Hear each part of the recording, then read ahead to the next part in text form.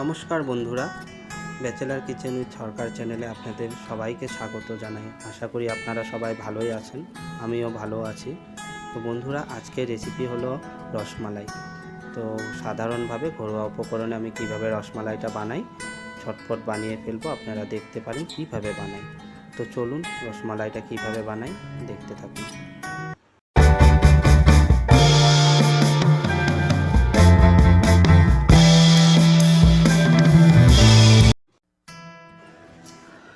বন্ধুরা, এখানে আমি 1 লিটার ফুল ফ্যাট থাকা দুধ নিয়ে নিয়েছি, গরুর দুধ নিয়ে নিয়েছি। আপনারা চেষ্টা করবেন গরুর দুধটা ব্যবহার করার জন্য, নাহলে ফুল ক্রিম দুধটাই ব্যবহার করবেন।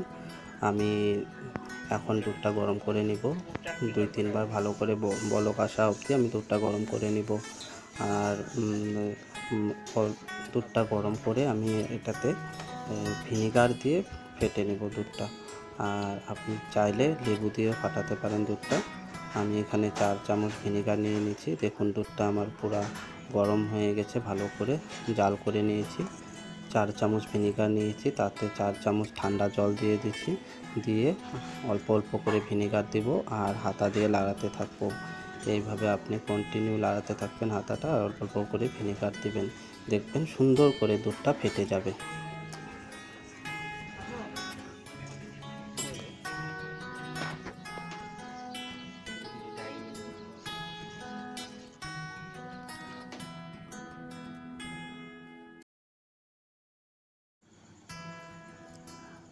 দেখুন পনিরটা পুরো ফেটে গেছে। এখন আমি একটা সুতির কাপড় নিয়ে নিয়েছি, আর সুতির কাপড় দিয়ে মানে যখনই পনিরটা ছাঁকবেন সুতির কাপড় দিয়ে ছাঁকবেন ভালো করে। আর এটাতে এখন আমি অল্প ঠান্ডা জল দিয়ে দিলাম। ঠান্ডা জল দিয়ে ভালো করে এটাকে হাতা দিয়ে লাড়িয়ে ধুতে লাগবে। ধুলে কি হয়, এটাতে যেটা মানে টক ভাবটা আছে মানে এটা চলে যাবে, আর পনিরটাও বেশ সুন্দর হবে। আর তারপর আমি এটা কি করব, ভালো করে চিপে ভালো করে জলটা পুরো বের করে দিব।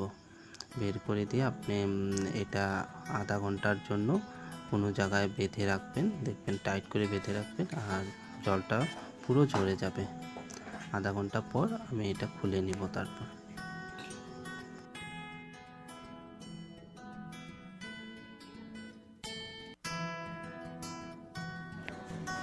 দেখুন ছানাটা পুরা ঝরঝরা ভাব হয়ে গেছে, একটুকু জল নেই। আর এখন আমি এটা ভালো করে ডলে নিব। ছানাটা ভালো করে হাতের তালু দিয়ে ঘষে এটা নরম করে নিব। মোটামুটি 5-10 মিনিট ম্যাশ করতে হবে। এইভাবে ম্যাশ করতে করতে দেখবেন সুন্দর নরম হয়ে যাবে। তারপর আমি এটার থেকে ছোট ছোট করে ছানা নিয়ে রসগোল্লা বানাবো। আপনি বড় আকারও বানাতে পারেন, আমি ছোট সাইজেরটা বানাবো। এইভাবে নিয়ে অল্প অল্প করে নিয়ে হাতের তালুতে জোরে ঠাসা দিয়ে ঘোরাবেন। তারপরে হালকা হাতে ঘোরালে দেখবেন হয়ে যাবে একদম, যাতে কোনো ফাট ভাব না থাকে, তাহলে কিন্তু ভেঙে যাবে রসগোল্লাটা। এইভাবে করে আমি সব কয়টা রসগোল্লা বানিয়ে নেব।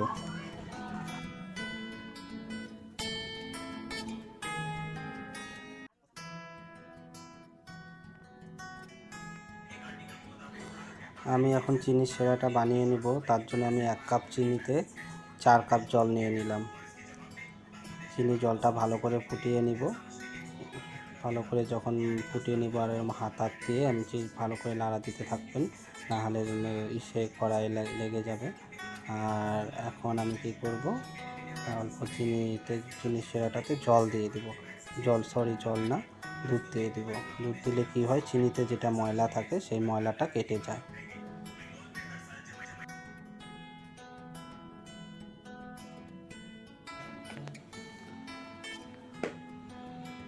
শিরাটা আমার রেডি হয়ে গেছে। এখন আমি দিয়ে দিব যে রসগোল্লা বানিয়ে রেখেছিলাম, সেই রসগোল্লা দিয়ে দিব। দিয়ে আমি মোটামুটি প্রথম 10 মিনিট আমি ফুল ফ্লেমে ঢেকে এটা 10 মিনিট বানাবো। তারপর খুলে আবার আরও 10 মিনিট লো ফ্লেমে বানাবো। মোটামুটি 20 মিনিট বানাবো এটা। 20 মিনিট বানানোর পর এটা খুলে দেখব। দেখুন আমার রসগোল্লাটা রেডি হয়ে গেছে। এখন এটা নেমে নিব। আমি এটা গ্যাসটা অফ করে দিব। আর এখন আমি করব যে একটা কড়াইয়ে আমি 1/2 লিটার টোন মিল্ক দিয়ে দিব।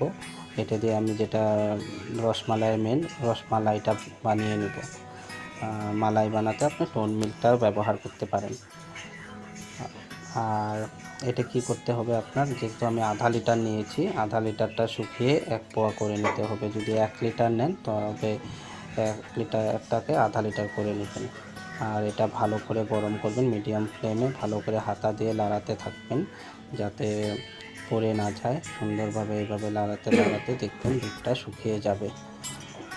যখন দুধটা শুকিয়ে যাবে, আধা হয়ে যাবে, তখন এটাতে আমি বাকি ইনগ্রিডিয়েন্টসগুলো দিব। আর আমি দিব এটাতে, যখন শুকিয়ে যাবে দুধটা তখন দিয়ে দিব আমি গুঁড়ো দুধ দিয়ে বানাবো, গুঁড়ো দুধ দেবো। আপনারা ইচ্ছা করলে অন্য কিছু আপনাদের যা পছন্দ মতো দিয়ে বানাতে পারেন, আমি গুঁড়ো দুধ দিয়ে বানাবো।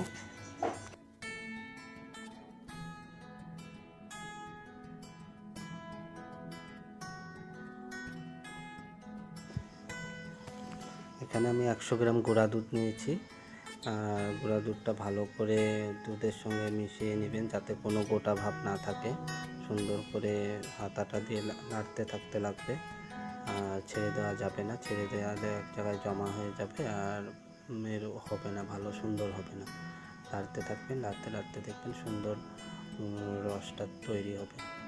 আর এখন আমি 4-5টা এলাইচি কুটে নিয়েছিলাম, সেটা দিয়ে দিলাম। এলাইচি দিলে একটা সুন্দর সেন্ট হয়। আর এলাইচিটা দিয়ে ভালো করে নেড়ে এখন আমি দিয়ে দিব চিনি আমি 5 চামচ দিব। যেহেতু গুঁড়ো দুধটা মিষ্টি হয় তো বেশি চিনি দিব না, আপনারা আপনাদের পছন্দ মতো চিনিটা দিতে পারেন।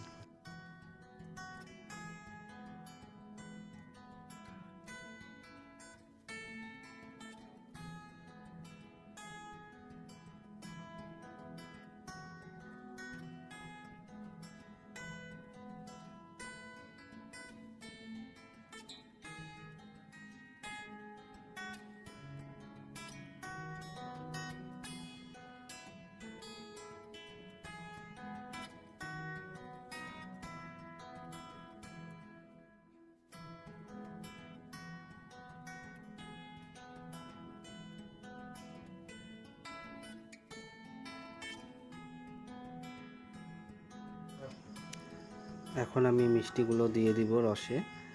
দেখুন কি সুন্দর নরম হয়েছে মিষ্টিগুলো। আর এখন সব মিষ্টিগুলো রস থেকে নিয়ে আমি এই যেটা মালাইটা বানিয়েছিলাম সেই মালাইটাতে দিয়ে দিব। দিয়ে সুন্দর করে মিলিয়ে এটা 3 ঘন্টা রেখে দিব। আপনি ফ্রিজেও রেখে দিতে পারেন, ফ্রিজে রাখলে আরও ভালো হয়, ঠান্ডা করে খেলে আরও ভালো লাগে।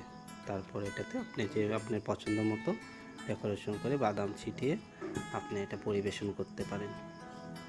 তো আজকে আমার রেসিপিটা এখানেই শেষ হলো। তো পরবর্তী রেসিপির জন্য আমার চ্যানেলটা প্লিজ সাবস্ক্রাইব করুন। ধন্যবাদ।